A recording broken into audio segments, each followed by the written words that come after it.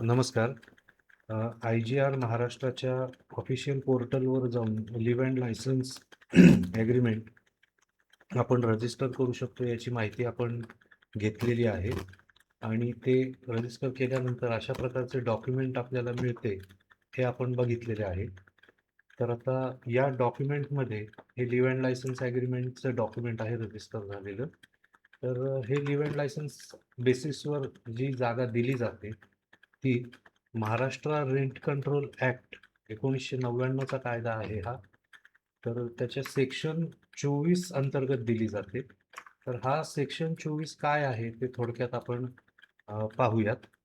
तर या ठिकाणी दुसऱ्या डेस्कटॉपवर सेक्शन 24 ची तरतूद आपण ओपन करून ठेवलेली आहे.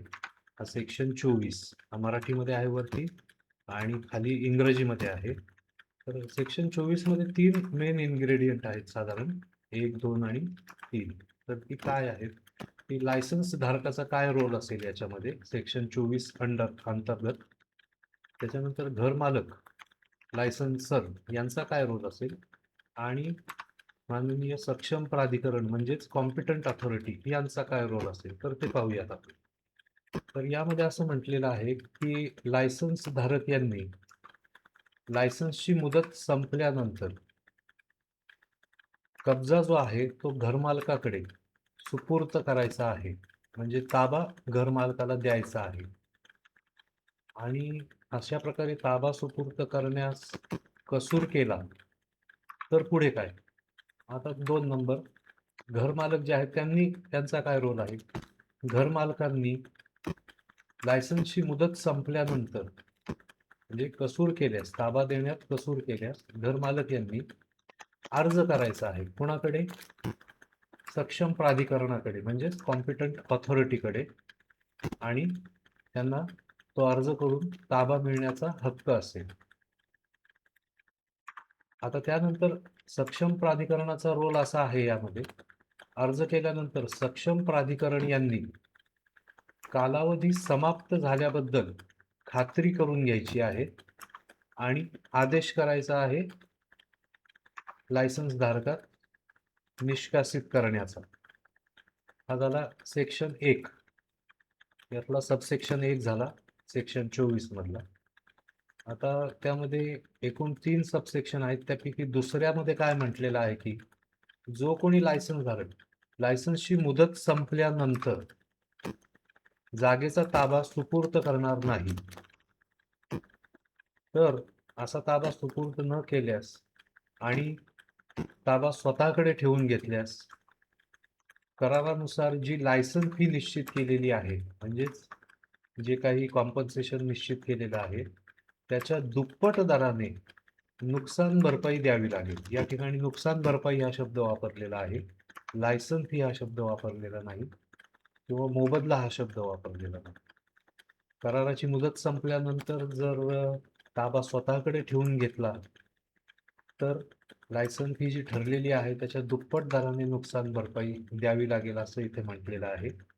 आता सेक्शन 3 हा जो आहे तर त्याच्यामध्ये थर्ड पार्टीचा कुठलाही क्लेम एंटरटेन केला जाणार नाही या प्रकरणामध्ये असं म्हटलेलं आहे. म्हणजे थोडक्यात लायसन्सच्या करारानुसार लायसन्स धारक म्हणजेच परवानाधारक जो आहे त्याखेरीज अन्य कोणत्याही व्यक्तीचा कोणत्याही स्वरूपाचा दावा सक्षम प्राधिकरण विचारात घेणार नाही. तर आता हे सेक्शन 24 मधले 3 सबसेक्शन झाले आणि त्याला एक एक्सप्लेनेशन दिलेलं आहे. या ठिकाणी इंग्रजीमध्ये बघू शकतो आपण, हे एक्सप्लेनेशन इथे दिसेल आपल्याला. एक्सप्लेनेशन मध्ये घरमालकाची व्याख्या दिलेली आहे. घरमालक कोणाला म्हणता येईल? की जो सध्याचा कागदोपत्री घरमालक आहे डॉक्युमेंटरी तो, किंवा त्याचा उत्तराधिकारी.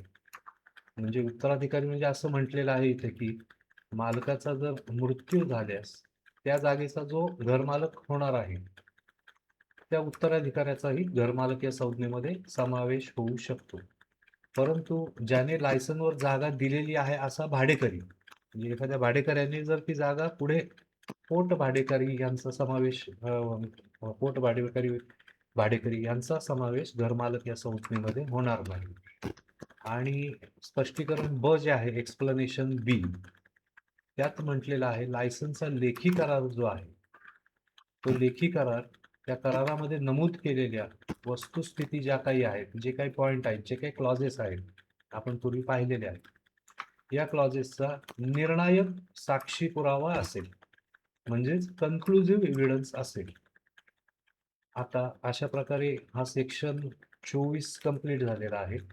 तर इथे हे जी दुप्पट दराने नुकसान भरपाईचा जो उल्लेख या ठिकाणी सबसेक्शन 2 मध्ये केलेला आहे. तर त्या संदर्भात आपण पाहू शकतो की आता सेकंड डेस्कटॉपवर आपण हा ॲग्रीमेंट ओपन करू परत. ॲग्रीमेंटचा जे पेज होतं आपलं, तर त्यामध्ये आता हे फर्स्ट पेज आहे आणि हे सेकंड पेज आहे. तर सेकंड पेज थर्ड पेजवर दिलेलं आहे ते सेक्शन 12 मध्ये दिलेला आहे. म्हणजे त्याच्या कराराच्या सेक्शन 12 मध्ये हाच मुद्दा परत दिलेला आहे. इथं damages at the rate of double the daily amount of compensation per day असं म्हटलेलं आहे. तर फेलिंग किंवा निग्लिजन्स जर झाला ताबा देण्यामध्ये, एक्सपायरी किंवा सुनर डिटर्मिनेशन म्हणजे मुदत संपण्याच्या आधीच जर ॲग्रीमेंट टर्मिनेट करण्यात आलं आणि त्यानंतर जर ताबा दिलेला नाही, तर अशा केसमध्ये दुप्पट दराने डॅमेजेस भरपाई मिळवण्यासाठी घरमालक पात्र राहील असं या ॲग्रीमेंटच्या सेक्शन 12 मध्ये म्हटलेलं आहे. आता हा जो ड्राफ्ट IGRच्या ऑफिशियल वेबसाईटवरून आपण करतो, तर त्यामध्ये हे सगळे क्लॉजेस ऑटोमॅटिकली येतात. त्यामुळे हे दोन्ही पार्टीजवर बंधनकारक असतात. अशा प्रकारे लिव्ह अँड लायसन्स ॲग्रीमेंट करणं हे घरमालक भाडेकरी दोघांच्याही हिताचं आहे. धन्यवाद.